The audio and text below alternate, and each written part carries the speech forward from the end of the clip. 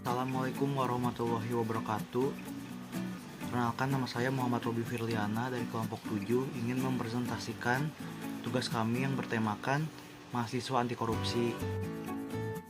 Nah, topik pembahasan kita kali ini adalah pengertian korupsi, penyebab terjadinya korupsi, dampak korupsi, contoh kasus korupsi di Indonesia, peranan mahasiswa dalam gerakan anti korupsi. Apa sih korupsi itu?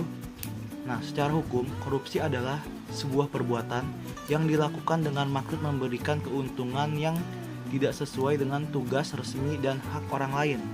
Dalam pasal 2 ayat 1 Undang-Undang Nomor 21 Tahun 1999 tentang pemberantasan korupsi, tindak pidana korupsi menyebutkan bahwa orang yang dapat dipidana karena tindak pidana korupsi adalah setiap orang yang secara hukum melakukan perbuatan memperkaya diri sendiri atau orang lain atau suatu korporasi yang dapat merugikan keuangan negara atau perekonomian negara.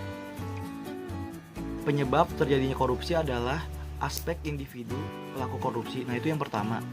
Contohnya adalah sifat manusia, moral yang kurang kuat menghadapi godaan,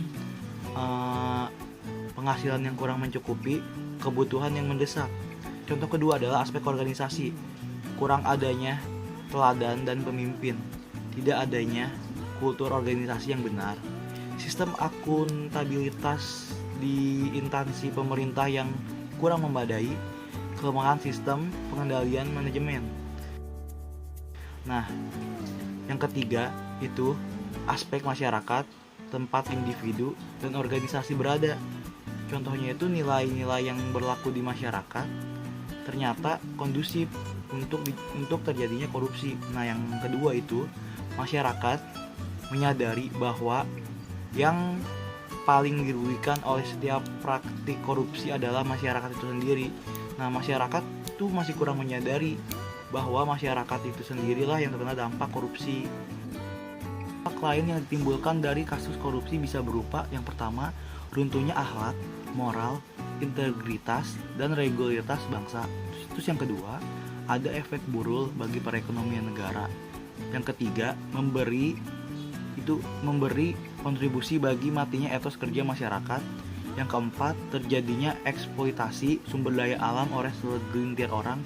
Dan yang terakhir, yang kelima, memiliki dampak sosial dengan merosotnya human capital. Contoh 5 kasus korupsi terbesar yang pernah ada di Indonesia. Nah, yang pertama, Kota Waringin Timur. Terus yang kedua, ada kasus BLBI. Yang ketiga, kasus IKTP. Yang keempat, proyeksi Hambalang. Dan yang kelima, kasus Pak Soeharto. Yang terakhir, peranan mahasiswa dalam gerakan anti korupsi.